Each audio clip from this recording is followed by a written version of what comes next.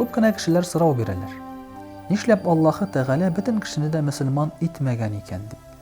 Чыннан да бөтен кеше мөселман булса, гөнаһлар булмаса, я булмаса бөтен кеше дә Аллаһка ышанса, намаз укыса, ничек рәхәт булыр иде.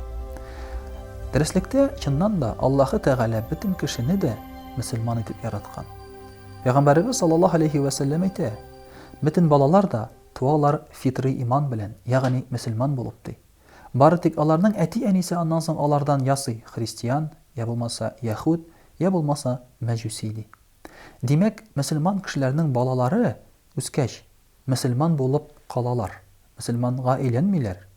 Калган дин вәкилләренең балалары әтиләренең диннәрен, әниләренең диннәрен алып, мөселманлыктан чыгалар булып санала. Дуслар, динебез турында тагын да кызыклы мәгълүматлар беләсегез килсә, безнең каналга язылырга онытмагыз.